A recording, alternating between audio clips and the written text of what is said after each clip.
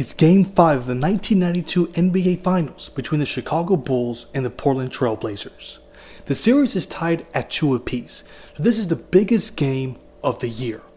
Now here's the storyline surrounding this game. The Chicago Bulls feel like they let 2 games get away after blowing 2 fourth quarter leads. They seemed to get complacent, and the Blazers took advantage. This is their chance to take control of the series. In Michael's case, his most memorable performance came in Game 1. That's the infamous shrug game where he made a storm at Chicago Stadium. It's a great way to start the series, but there's no doubt that this was his best performance of the series. It's a game that rarely gets brought up, hardly gets talked about, but this should be considered one of his greatest playoff games ever. So let's get into the live action. We start with a great defensive play. The Blazers have a 2-on-1 break, and Jordan doesn't give up. He puts himself in the middle, expecting a pass from Porter. Kersey then fumbles the ball, and Jordan picks up a steal. Then on the other end, he makes a wide open 3-pointer. That's defense turning into offense. Here we have Jordan looking to get a good position over Clyde Drexler. He wastes no time in converting this sweet turnaround jumper. In this next play, Jordan goes to set a screen for Horace Grant. Drexler goes to take that assignment, while Jordan cuts straight to the hoop for an easy shot. Now check out this next play. He goes straight into traffic to confuse the defense. His teammates create a strong double screen, and he gets enough space to make this jumper. It's a great example that he was much more than just a one-on-one scorer. He was an expert at moving without the ball. But he wasn't just scoring, he was getting others involved. We see a nice dish to Bill Cartwright after a little pick and roll action. Then he drives straight to the teeth of the defense, draws 4 defenders, and then finds BJ Armstrong for an open baseline jumper. We also don't want to dismiss the contribution of Scottie Pippen. He played a fantastic game. He finished with 24 points on 53% shooting, 11 rebounds, 9 assists, and 2 steals.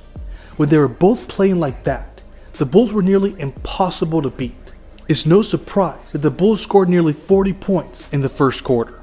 In the second quarter, Michael doesn't get his usual rest to ensure that there aren't any more blown leads, and he gives them instant offense.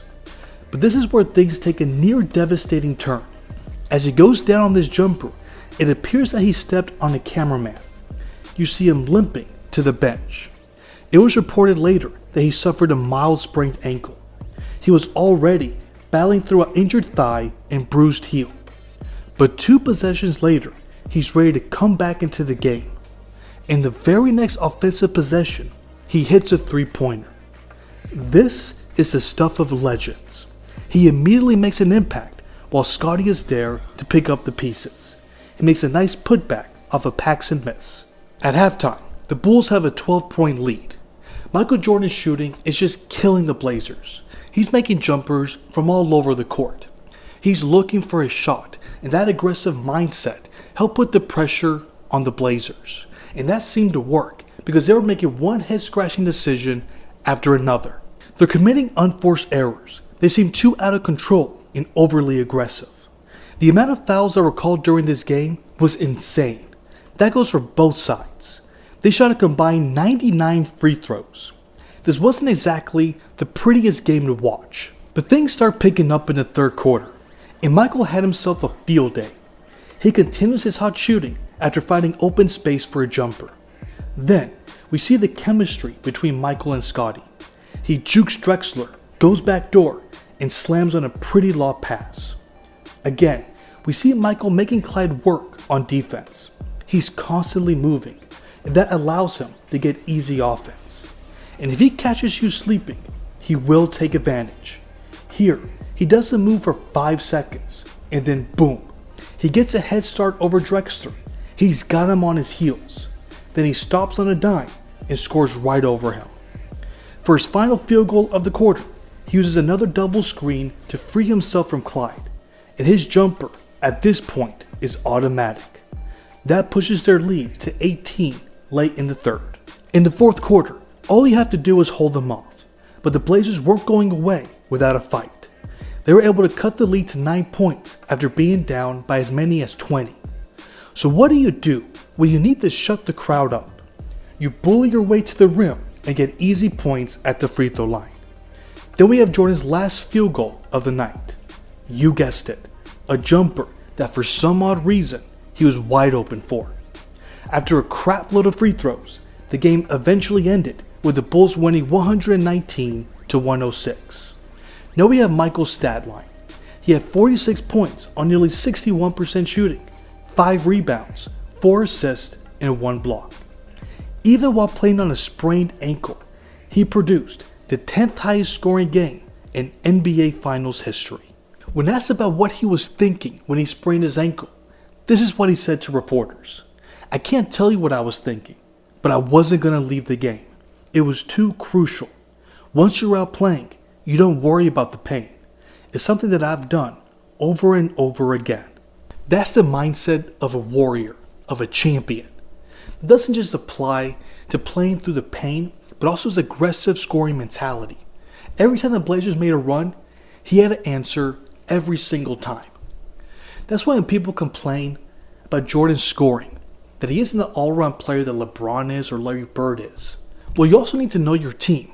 If they've been struggling in the past games to score and produce on offense, sometimes the best play is just to give the ball to your best player's hands. And if you remember, there were hardly any isolation plays. Nobody was standing around. Everybody was working hard to get him free for scoring opportunities, and he delivered. That helps open the floor for him, and it puts the defense on its heels.